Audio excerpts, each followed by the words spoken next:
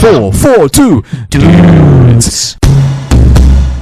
And welcome back to another episode of 442 Dudes. Exactly the same thing that your commented on YouTube, by the way. So thank you very much to, I think, 12 of you. Thank you very much. Was it 12? Yep. I think about 12. Yeah, I think about 12. Those who commented were on our YouTube channel, wasn't it? Yeah, it was on YouTube. Yeah. So don't forget to subscribe on YouTube. What else? Spotify, Facebook, Instagram. But actually, you can see on the scroll bar below. Yeah. I mean, we can't see, but you can see. So don't forget to subscribe.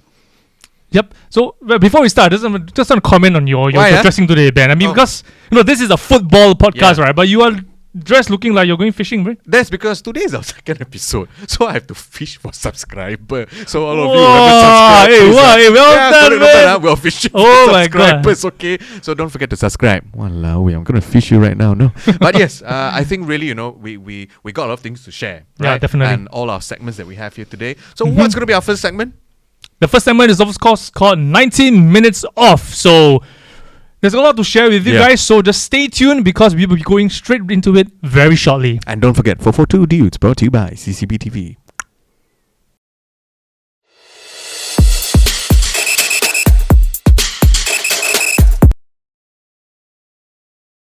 Welcome back. This is the segment now we're going to share about the 90 minutes. And what do we have for them today?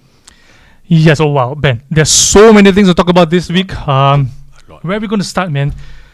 Okay, let's start with something that's very interesting. It's happening over the last many years, but I think recently it's kind of lost its spark. Oh. And what are we talking about? It is, of course, the classic derbies. Wow. So for those of you that didn't realize, last week actually two important derbies took place. The first one was the El Clasico. Did you watch the game? Well, I mean, I saw the highlights of it. Okay. Barca versus Real Madrid. Yeah. So what do you think of the game? Controversial, I think, in my opinion. But I think I got something to say. Okay. I'm not sure but the derbies these days always is about something that happened last minute, no? I mean, this one happened about 90 plus minute, if I'm not wrong. Yeah, the winner was scored at the 90th. Like really 90 plus minute. But I just want to say, no spark lah. I mean, you got friends who got say the derby, man. I don't have lah. None of my friends brought it up. None of them say, "Hey, did you watch the Barca derby?" No one really said. Yeah, that. and I tend to agree with you, right? I mean, now, in the past, all these derbies, there's always this huge build-up, in the media, all over social media. The times, especially El Clasico, we talk about Ronaldo versus Messi, but this time around. Yeah. But no, just no news. You don't even talk about Vinicius Junior. You don't talk about Lewandowski. You don't see that sort of rivalry. Which is very interesting because I thought, I also watched the highlights. I didn't watch the full game itself, but I watched the extended highlights, and I just want to say, actually, I thought the game was not too bad. Yeah. If I'm being very honest, and if I just want to just elaborate a little bit more about the game, I thought Barcelona fully deserved the win. Right. Okay. I mean, Courtois kept them in a game with a lot of different many wonderful saves. But I think they are looking very different under Xavi right now. So, very quick question. Do you think now they're doing... Oh, I think this is a stupid question, actually. Do you think they're doing better under Xavi versus Koeman? Oh, definitely. I mean, let's look at it this way. Yes, both were former players of Barcelona and everything, but I think Xavi kind of represents what Barca is all about. Okay. I mean, he was part of the team that really... I don't know. He was from La Masia, right? He was brought in the school La Masia. The academy lah. Correct.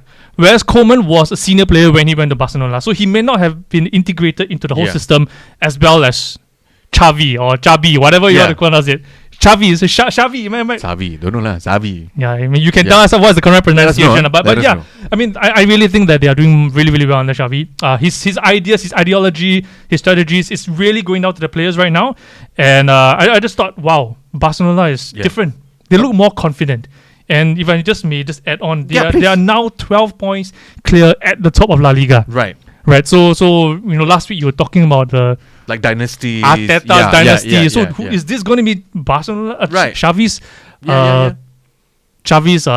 dynasty now? The start of his dynasty? It could be. I mean, it could be. And you were talking about the derbies earlier. What's the other one that caught your eye and may not have caught the other people's eye? Oh, the other one. I think Serie A. Okay. The one of the biggest derbies in the history of Italian football, which is Lazio versus Roma in the Rome derby. Very unfortunately, I think this game just basically... There's no... I wouldn't even say lost its spark. There was no spark at all. Right. In my opinion. I mean, Roma had a player sent off. Ibanez got sent off for 2 stupid yellow cards. He was sent off in the 30th minute and basically was just way traffic for Lazio, and I think Roma kind of shot themselves in the foot with that. I don't know. There's something about Mourinho's team that they have a tendency to kind of self-destruct. Okay. In some ways, okay. I don't know, but for some reason, by some miracle, they are still in the race for the Champions League spot in the Serie A. And in the game itself, it was quite interesting because they actually managed to score a goal, right? But it was ruled out for offside. And if you guys go and look at the replay, okay, you can go on to all the other websites where you want to see. Try to look for the extended highlights. Try to look for the extended highlights. Why? Because they really showed the full replay, the VAR consultation and everything. And in my opinion, I think Smalling was not offside. So there's this thing about this offside rule that's very confusing. So I thought Smalling wasn't offside, but he was ruled offside. And after watching the replay many times, I still don't fully understand why he was ruled offside. Yeah, because I think the opposing defender was the one that headed the ball to him. But I don't know. You guys take a look at the highlights. Share with us in the comments what you really and truly think about the Roma's disallowed goal. Yes, in over there. And also very quickly, it also involved VAR this time, correct? And again, VAR is quite controversial, as we said last time as well. So let us know if VAR got the decision right. Yeah, and just want to continue touching on these two leagues itself. Okay. I mean, as I mentioned earlier, Ben mentioned last week that Arteta's dynasty is beginning to take shape and all. I mentioned about Barca being 12 points ahead.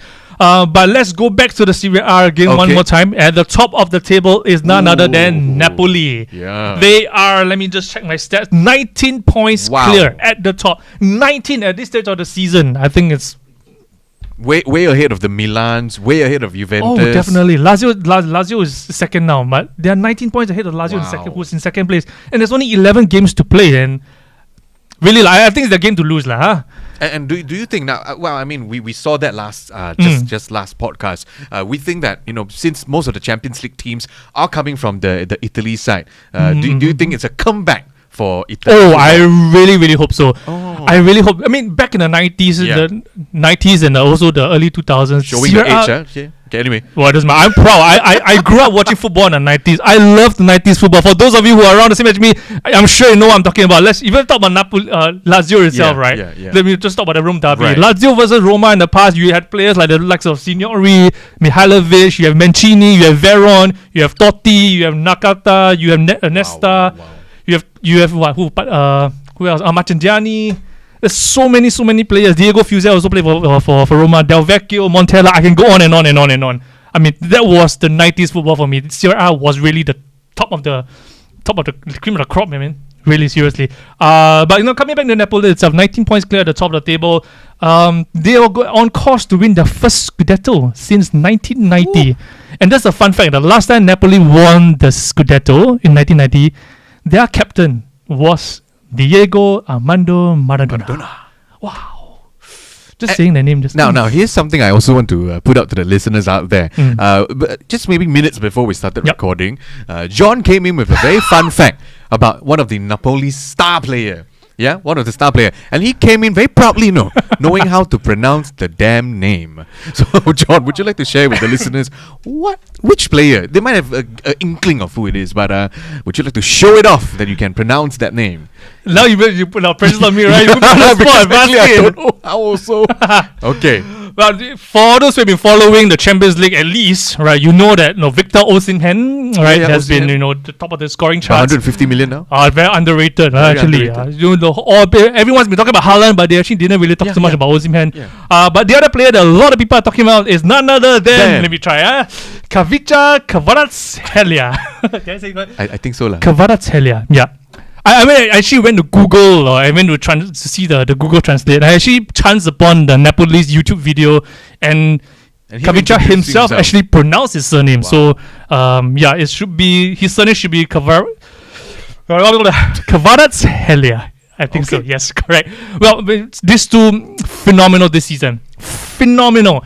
They are the reason why Napoli is where they are today, top of the Serie A, and in the semi-finals of the quarterfinals, right?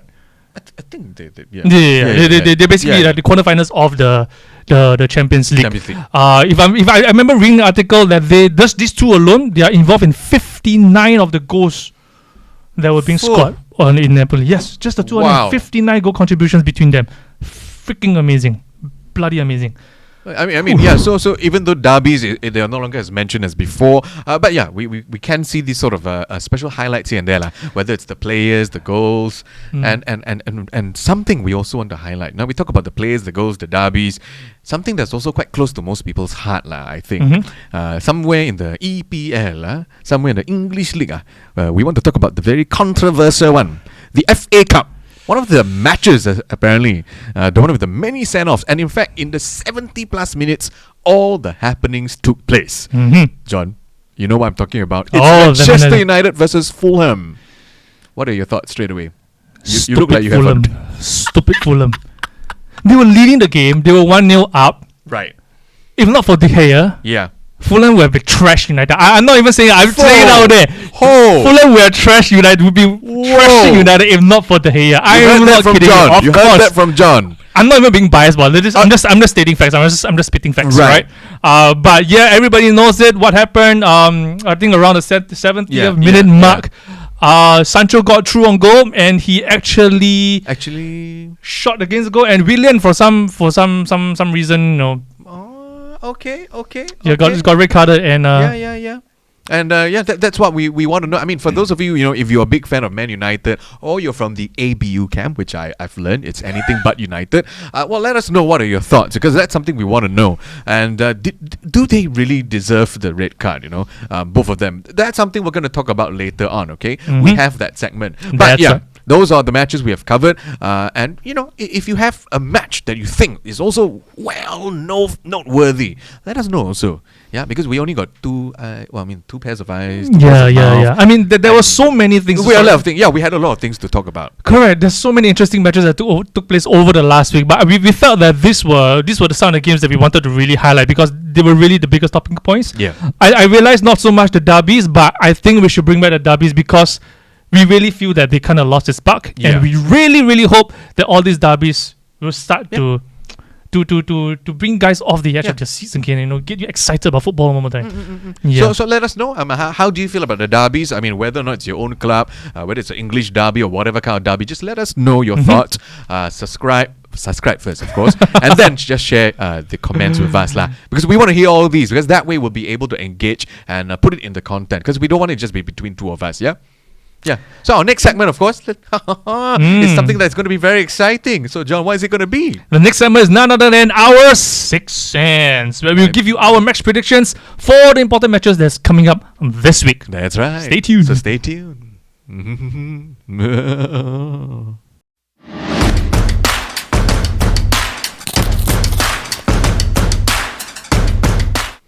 Welcome back to another segment of 442 Dudes, where we give you our Sixth Sense.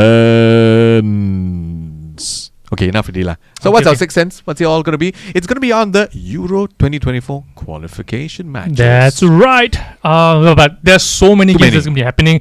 In fact, match day, there are 2 matches for every national team. There's a total of 46 matches, 23 matches on each match day.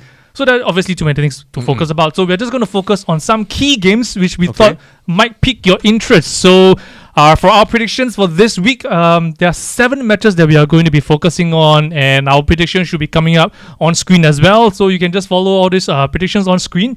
However, I think this is something that we need to say, right?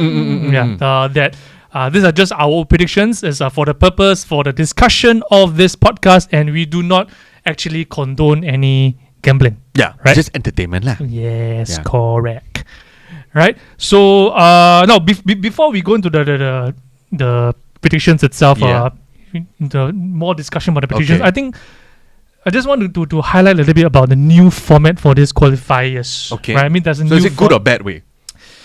I think let's share. Yeah. Let's share Okay, first, okay, and then let's you share. guys decide whether you think it's a good or a bad way, Okay. right? So, for this new format itself, the qualifiers will be including two different categories or two different ways where they're going to rank and decide who qualifies for Euro 2024. So, as you guys know, there are a total of 24 teams that will be qualifying for Euro 2024. Okay. Germany is automatically included because they are the host. So, how are they going to decide who are the remaining 23 teams? Right? They're going to decide over a standardized, the usual classical European qualifiers. Okay. Where there are 10 groups this time around. 10 groups, and the top 2 teams from each group will automatically qualify. Okay. So that takes up 20 teams, right? So 20 plus 1, Germany, Yeah. that makes up 21. So how are they going to decide the remaining 3 teams? Now this is where it gets a little bit interesting. This is where the new formatting comes in. They are going to pick 12 teams. Okay. All right, based on their performances in the recently concluded UEFA Nations League season 22-23, which means it's already concluded, Yeah. right? And they're going to take the top, or basically the group winners of Leagues 1A, Leagues B, and League C. So Okay. every league in the UEFA Nations League, right, has 4 groups, right? So 3 leagues, 4 winners, Yeah. that makes up 12 teams, right? So from these 12 teams, they will go into a playoff, like starting with a semi-final, right? And then finally, they will go into the finals, where they will pick the 3 winners from the finals. And these 3 winners will join the remaining 21 teams and form Euro 2024. 24. Now, here's what I think. Okay. Bullshit. Why? I don't know. It seems that, in the first place, why do you want to bring UEFA Nations League into contention for this qualifiers? Yes. Because at the end of it, I just feel that including UEFA Nations League is kind of just, I know it's a bit sensitive but I feel that it's more of, they just want more money Oh, more tickets here Yeah so it kind of defeats the purpose, you know what I mean? Why can't it just go straight into the classical European qualifiers, so on and so forth? Just straight up booms, From there, you decide who are the 23 teams. Why do you need to go on the UEFA Nations League? Well, I think also it's because, we are in this era where everybody has to be a winner. There is no loser at all. So, at the end, I'm not saying that, people from the other ones are the loser. It's just that, they're trying to include more winners More winners. And if you do well, then we will reward you. So, I think we're entering into this era. I'm not sure about you, and I'm not sure about the people that are watching or listening, but I feel very personally that we are entering, outside of football as well, we're just entering into this world where you cannot lose. You will win no matter what. And if you're going to lose, you will get a consolation prize. And if you're going to win, you're going to win. But if you lose, you will get some form of prize. There is no just lose. So I think that's something that, that's where I stand. Not only do they want more money, I think, who doesn't want more money? That's why they organize all this kind of thing, right? But second, I think they just don't want any sort of losers. Okay? Okay. Losers. Okay. So if I want to think from a positive viewpoint, right? Yeah. Let's think positive. Yeah. So the 12 teams that have already been so-called selected, right? They have an advantage because they won their leagues, right? Among the 12 teams, I think there's quite a number of them which will have a higher chance of qualifying for European Championship for the very, very first time. I'll just name off some. Kazakhstan is one of them. Georgia is one of them. Okay. Greece won Euro 24, but they haven't been doing well. Greece is another one of them. So we will likely be seeing our nation qualifying for the Euros for the very first time in 2024. So if from a positive point of view, I think maybe that helps. If it was our country, but apparently not. There's no Singapore but if it was our country, then of course we'd be happy because we then have a chance to go in. Well, so the lesser-known nations now have a bigger chance of qualifying. Chance to go in. All right, so now let's go straight into the predictions itself. Yes. So what do we have? What do we have? Don't forget to see my predictions because I have my own prediction as well. And so, John, I'm going to throw this to you. We're going to pick a match, okay? We all have our different predictions here. Now, you're going to pick a match, and I'm going to tell you what's going to happen. Which match would you like to have a friendly, I got to put right there, friendly wager on? I'm going to tell you what's the sort of wager, but I'm going to give you the chance since this is out of nowhere. Okay, tell us which match you want to pick just randomly. Which one would you like to compare our predictions with? Ours. France, Netherlands. Okay, so what is your prediction for France and Netherlands? My prediction is 2-1 to France. Okay, so he has said 2-1 to France. I'm just gonna play around and I put 2-2 lah. I put 2-2. So here's what's gonna happen. Now, if you're correct, where you say 2-1, correct? and France wins, then as long as they win lah, we will make it just nice. If they win, doesn't have to be 2-1, we'll give it to you. Okay, we're saying it right here. Now I say they draw, so I say 2-2. Now 1-1, 3-3. As long as they draw, we shall agree that it's still a draw. Correct? Okay. So for you is a win, and for myself is a draw. Now in the next podcast, we're gonna by then find out what's the result. Based on France and Netherlands. Now, if Netherlands, as what you said, if France win, then in your favor, I will sing your football club song. Oh! I will sing 2 lines of his football club song. But if they draw, you will sing 2 lines of my football club song. Your football club got song meh? Yeah lah, Chelsea lah. Got song meh? Got song lah, beach. This kind of guy, I didn't tell you. know there was a song. Okay, so we're on. We do some We friendly. are the Purple Lions. Okay, anyway, that's because you see he's very hungry. I think that's why he's just randomly singing all these songs. But yeah, speaking of predictions, now he has said France and Netherlands. He thinks France is gonna win, and I think they're gonna draw. Yeah, and if they lose, then nothing happens to us lah. Okay, Yeah, so speaking of correct predictions itself. Yes, what about correct prediction? You were saying? Well, last week we actually gave you some predictions, right? And I think we did lah. Not too bad. We did Okay, quite well, right? It's quite good with it. Out of 8 matches, we actually got 1 match absolutely spot on. And some other matches, in terms of scores, we didn't get it spot on. But I think in terms of who won, even the draws, I think we were not too bad, right? Yeah. In the FA Cup, we actually underestimated the team. I predicted, Brighton to win 4-0, but they won 5-0. You predicted City to win 4-0, they won 6-0 and everything. Yeah, but I think we predicted a high scoring game. And all these are just for entertainment purposes. Yes. Again, we're just letting you all know we're not encouraging any form of gambling lah.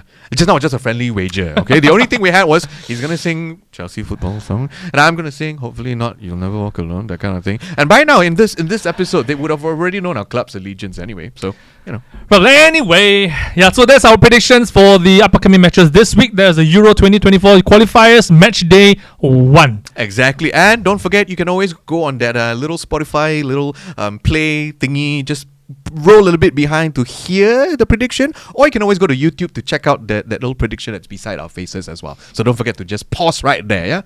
Pause right there. That's right. Okay, so coming up next in the next segment, we will be focusing on some interesting happenings that's taking place in the world of football with the segment titled What's What with Who's Who. So we'll look out for you. See you. Action. And welcome back to another segment of 442 Dudes.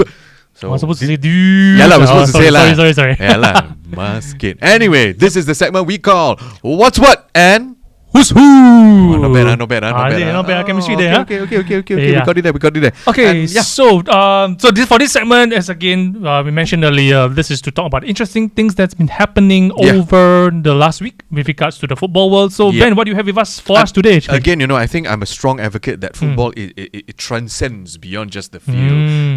Last podcast we talked about the whole unity that football brought. And this one for this podcast, I want to talk about something that it doesn't matter which club you support. There is unity there as well. And this is something that not a lot of people talk about. Earlier on, we talked about the derby, the rivalries and all that. But this one, I want to point out very, very as sharp as I can. The Aston Villa versus Bournemouth. That particular match,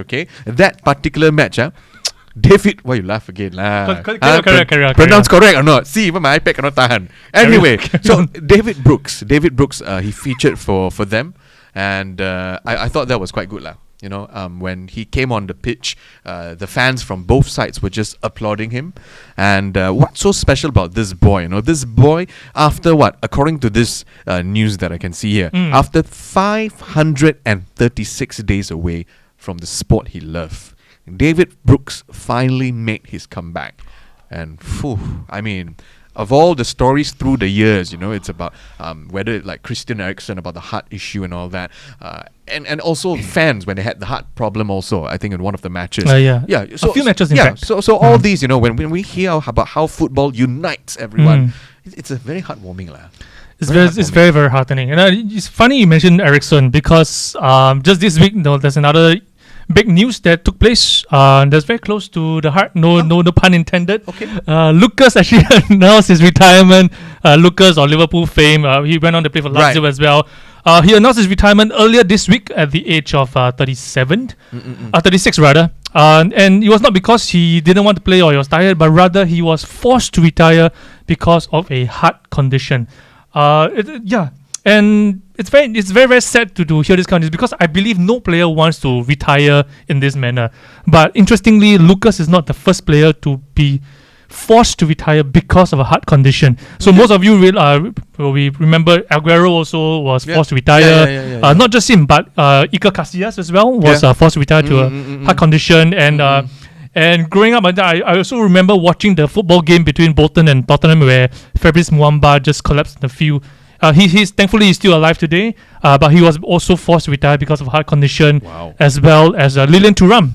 For those of you that might not know, Thuram was also forced to retire because of a heart condition. But I just want to say over here, there was actually an article that mentioned to actually quell the rumors, about how COVID actually is has a part to play.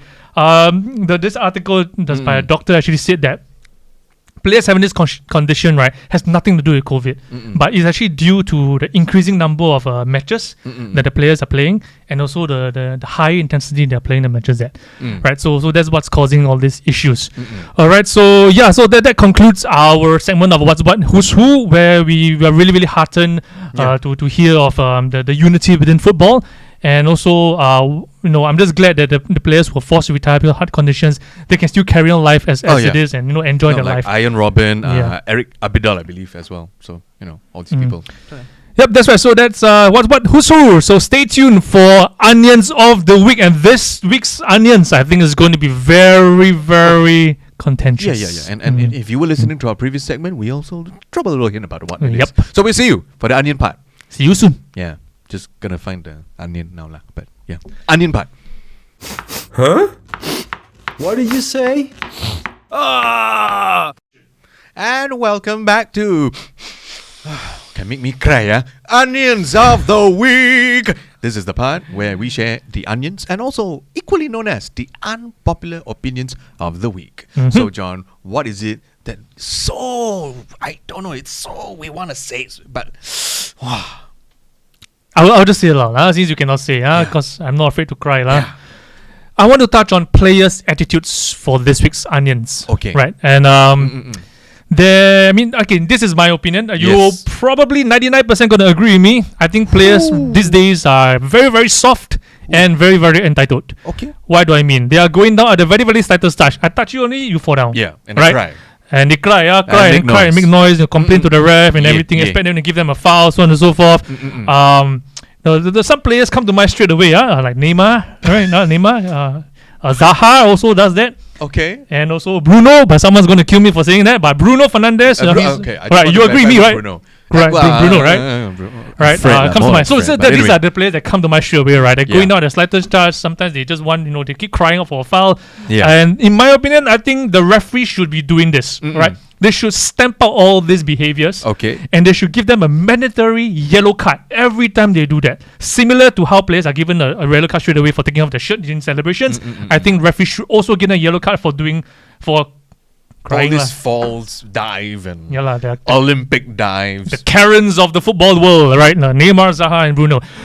So I think this is one of the things that I want. I have a gripe with, the players' attitudes, and in another instance, right?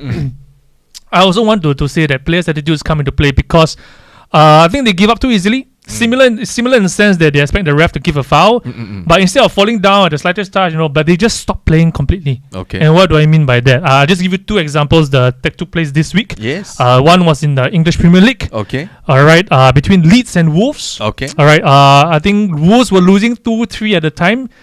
It was around the last minute. Adama Traore had the ball, and then some player kind of pulled his shirt.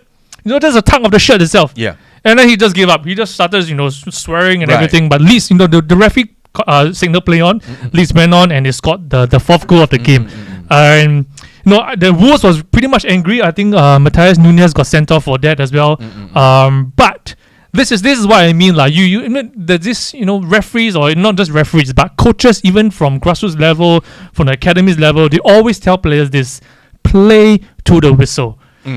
if the grassroots level, if amateur Sunday leagues are doing that, why can't professionals do that? Right? Play to the whistle. Why do you need to just, stop there, stop playing out completely, and then, true enough, the opponents go and score. I mean, you were saying that. So could it be because the whatever, the amateur leagues or whatever, could it be that they feel that the referee has an authority, but when you come to the higher leagues, the top tier leagues like EPL for instance, do they feel like never mind, I'm a superstar of my right, therefore maybe the referee. So that's where we're going. So they're feeling entitled, right? So again, the attitude got problem lah. You know what I mean? So that's why I feel it's wrong. It's not just that. So that's Traore, right? The second example is Tyler Morton. Tyler Morton is on loan to Blackburn from Liverpool itself. So he played in the FA Cup quarterfinal against Sheffield United. Yeah. And same thing happened.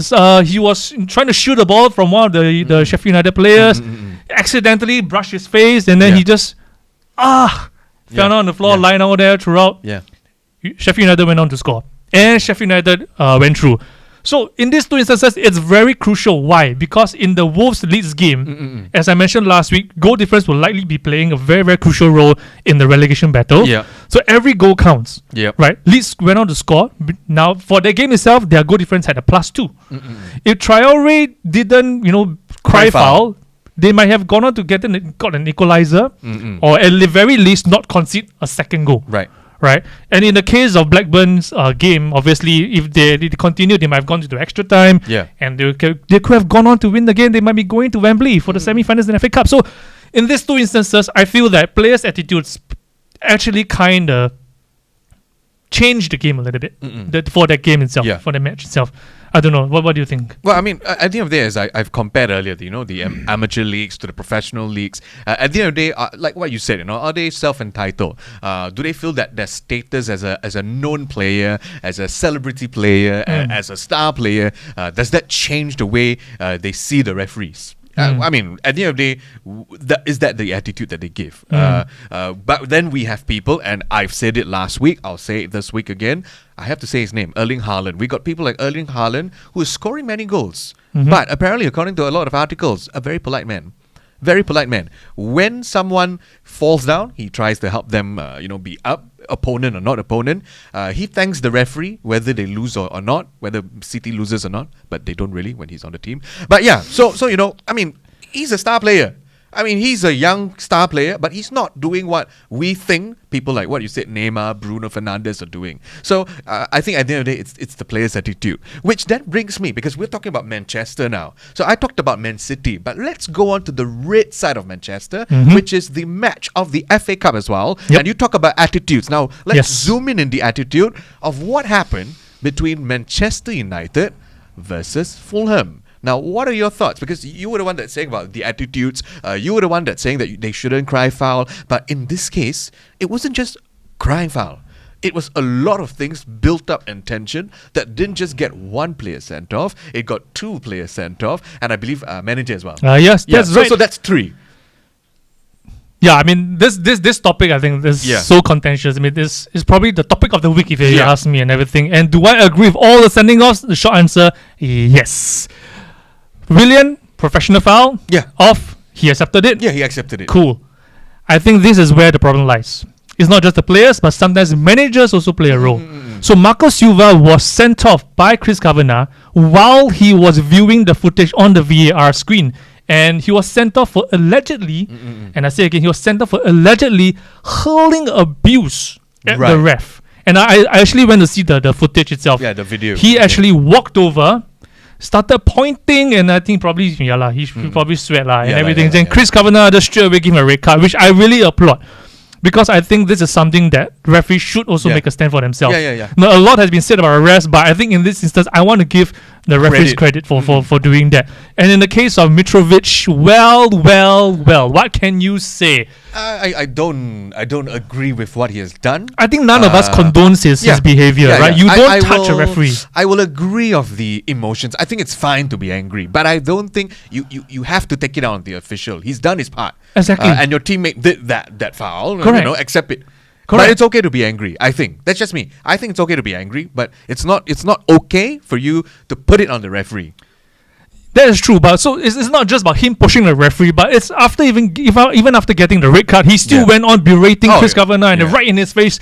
Probably all the saliva was on his face. Really, you also never know, right? Yeah. So, but I just think it's something that is this behavior should not be condoned. Why? Because there are millions of children watching this. They will follow all these professional players, and you are meant to set a good example. If you're going to condone that kind of action, then I feel you are sending a wrong message to the whole world. It's not just the football world, but the whole world itself. Because what you're doing here is that you are going against authority, because the referee is meant to be a figure of authority, isn't it? Right? So you don't go against that because he is the referee. He says it all, isn't it? He controls the game. He gives the fouls and everything. So you don't do that. And up to that point, as I mentioned earlier, Fulham was in control. Yeah. And the moment they got sent off, Fulham basically just collapsed, and United went on to win 3-1. Yeah. United scored all 3 goals after the sending offs. Yeah. So if they managed to keep their cool, they might have just gone to the semi-finals. They might have. In fact, they were doing quite well. Exactly. They were doing quite well. So, really, for those of you who've been following that match, you can also let us know what you feel. Do you agree? Do you not agree? Let us know. We want to hear. You may have your views, and we respect that. That's right, guys. So that ends our episode for this week, and the last segment as well, called Onions of the Week. So I know that we've been talking a lot of different topics today. So if any comments, any feedback that you may have, feel free to write it in the comment section, write it on our YouTube channel, write it on our Facebook channel, our Instagram channels. We just really want to hear from you guys, because we just want to keep this engagement going as well, right, Ben? We do. And ultimately, this is a platform for us. Just 2 Singaporean dudes all the way from the little red dot in Singapore. So for those of you who don't know where Singapore is, it's very hard for you to find. We're just a little red dot on the globe. So we're just 2 Singaporean dudes who love the football game. And we just want to share our love for the football game and our passion as well. And we want to hear your passion. Alright, so see you guys next week for episode 3 of 442 Dudes. See you. Bye-bye. Did you know that there was a guy who urinated and got yellow card? Red card. Just want to say, now I feel like former Juventus player got red card. Yeah.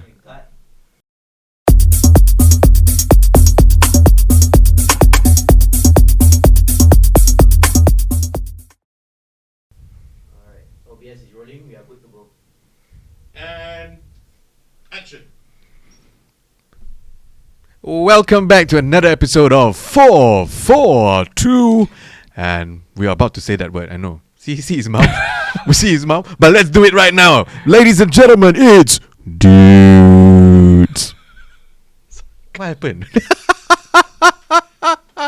You must give me warning, love, fuck. Okay.